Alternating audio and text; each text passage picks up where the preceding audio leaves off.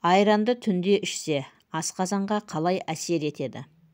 Айран ең пайдалы ашытылған сүт өнімдерінің бірі.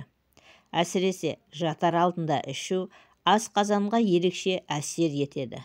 Ас қорытуға жеңілдік береді.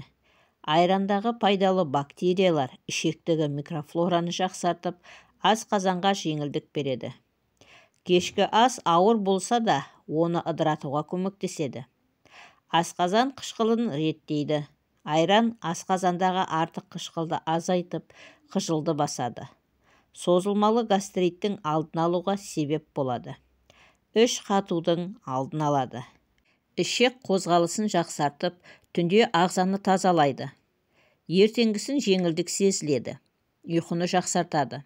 Айран құрамындағы кальций мен триптофан ұйқының сапасын арттырады. Бауыр мен бүйрекке көмектеседі.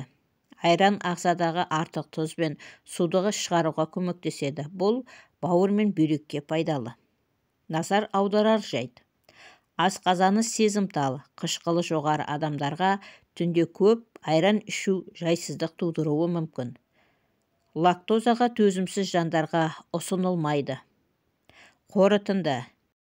Айранды кешке ішу асқазанды жеңілдетіп, ішектің жұмысын жақсартады, қыжылды азайтады, әрі ұйқыны тыныш етеді.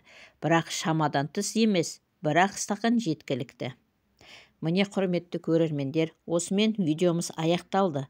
Егер видеомызды пайдалы болды деп тапсаңыздар, арнаға тіркеліп, лайк басып, пікір қалдырып, қоңыраушаны баса кетуді ұмытпаңыздар. Сіздердің болмашы, оп-оңай ғана әрекеттеріңіз біз үшін өте маңызды. Келесі видеода кездескенше аман сау болыңыздар. Ақпаратымыз пайдаларыңызға жарасын.